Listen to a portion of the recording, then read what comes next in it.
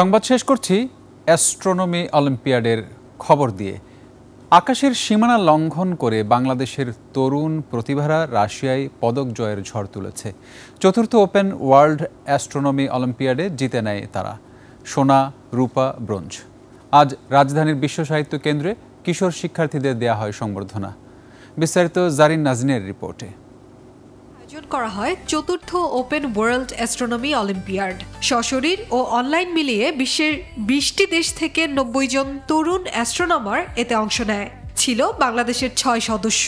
ঢাকার হিড ইন্টারন্যাশনাল স্কুলের সপ্তর্ষি রহমান, ঢাকা আদমজী ক্যান্টনমেন্ট কলেজের মোহাম্মদ রাদিদ রায়ান, ঢাকা আইডিয়াল কলেজের শিক্ষার্থী সোহিনী সম্ভার কঙ্কা, খুলনার পুলিশ লাইন মাধ্যমিক স্কুলের মোহাম্মদ মখদুম আমিন ফাহিম, রাজশাহী কলেজিয়েট স্কুলের মোহাম্মদ জোবায়ের হোসেন জিসান ও south Herald English school and কলেজের সায়ন্তন রায়।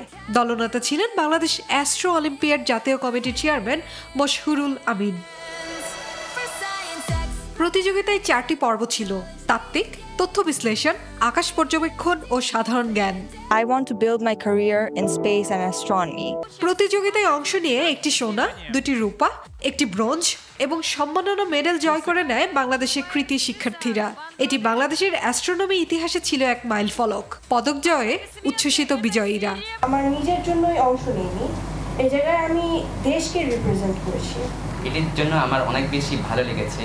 সেই দায়িত্বটা আমরা অনুভব করতে পেরেছি যে আমাদের কিছু করতে হবে দেশের জন্য। ভবিষ্যৎ প্রজন্মরা আরও আগ্রহী হয়, আরও বেশি অংশগ্রহণ করে, তারা গবেষণা এবং অন্যান্য ক্ষেত্রে এগিয়ে যায়। বিশ্ব সাহিত্য কেন্দ্রে তাদেরকে দেওয়া এক সংবর্ধনা অনুষ্ঠানে বক্তারা বলেন, আন্তর্জাতিক প্রতিযোগিতায় এ অর্জন বাংলাদেশের জন্য গর্বের।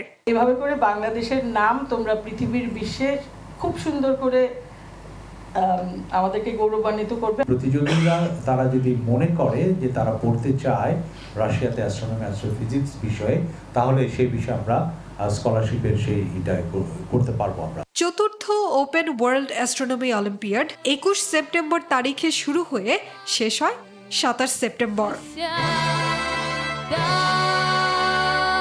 জারিন নাজনীন, 21 টেলিভিশন, ঢাকা।